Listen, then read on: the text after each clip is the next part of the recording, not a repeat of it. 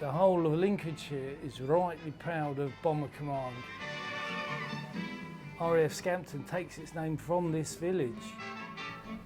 Our church has got 2 stained glass windows commemorating 100 years of RAF Scampton. So you've got loads of memorabilia. The place is absolutely jam-packed full. Wow. A museum as much as a pub, landlord Greg Alger has collected hundreds of pieces of history from the 617 Squadron, also known as the Dam Busters.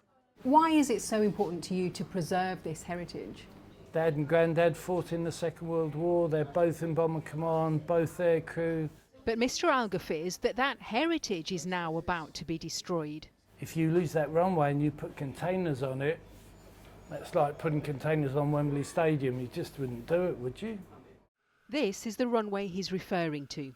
Of all the Bomber Command airfields, RAF Scampton is the best known. It was the base for the squadron who flew these Lancasters in the celebrated raids on German dams in World War II. And it was also home to the Red Arrows.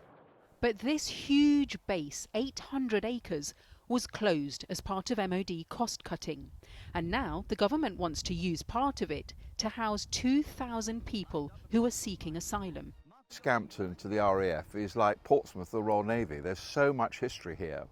Sir Edward Lee is the local Tory MP and is against his government's plans. The day before the Home Office announcement, the council had secured a £300 million deal with private investors to develop the site. Sir Edward says the deal is now at risk, and he insists it's not about NIMBYism or being anti-migrant. The main focus of our campaign is not anti-migrant. It's about this particular historic site of RAF Scampton. If there's a vast migrant site here in the middle of it all, then that'll completely hold up any development for at least 2 years, and we might lose the deal altogether. Why do you think the government's chosen this site, given that you had this £300 million regeneration plan for it? I think the government are absolutely desperate. They've got perhaps 40,000 people a year crossing the channel. They're filling up every single hotel, and I think it's political, really. They want to show that they are determined and they've got these bases and they want to use them. The government is well aware just how political this issue is. We're here at RAF Scampton, once home to the famous Dam Busters, yeah? Ministers recently denied that their rhetoric on migration and stopping the boats is feeding the far right. That the people of this nation are reduced. A number of groups have turned up to protest against proposed sites, including Scampton. Stop the boats! England for the English and stop the white genocide. An official protest group against the plans has been set up by residents who live on the airbase. They want their message to concentrate on preserving the historical heritage of the site. But they say that there are outsiders who want to exploit general concerns about asylum and immigration, including a number of far-right groups. We purposely used a roundel from World War II. Sarah Carter is an activist and campaigner for the residents group Save Our Scampton. We've kept our branding so you recognise it is us and not a far-right group or any of the sort of the groups who are trying activists that are trying to jump on the bandwagon.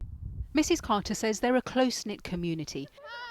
There's a primary school and around 400 occupied properties left on the site.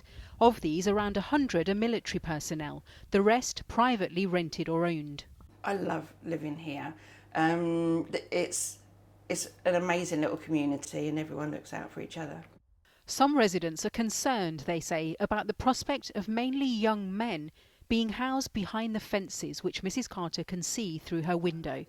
A lot of the women are stay-at-home mums, so they're at home all day, and then you've got the prospect of 2,000 men that maybe have different values to us and also don't have any money. What do you mean when you say that they'll have different cultural values? What do you mean by that? That's right. You've asked a question there, haven't you? Is it because they're from Muslim countries? Is that the reason? Yes, I think it is, and it's a case of, you know, they see that maybe women have a different role and are classed different in society there than they are here, with maybe the way they dress or the way they're treated. So, yeah, I think it is a concern. Mrs. Carter feels concerns are fuelled by the media, and so she's reached out to refugee groups to understand why the men are seeking asylum. Some groups have raised concerns about placing vulnerable men on such an isolated site. But Kevin Saunders says Scampton is ideal. It is better from an operational point of view to have 2,000 people in one place than having them scattered in 20 or 30 different hotels all over the place. Mr. Saunders used to be the chief immigration officer for Border Force in Calais. Wherever the government try and place larger numbers of asylum seekers, the locals always say it would be better somewhere else and not where we are.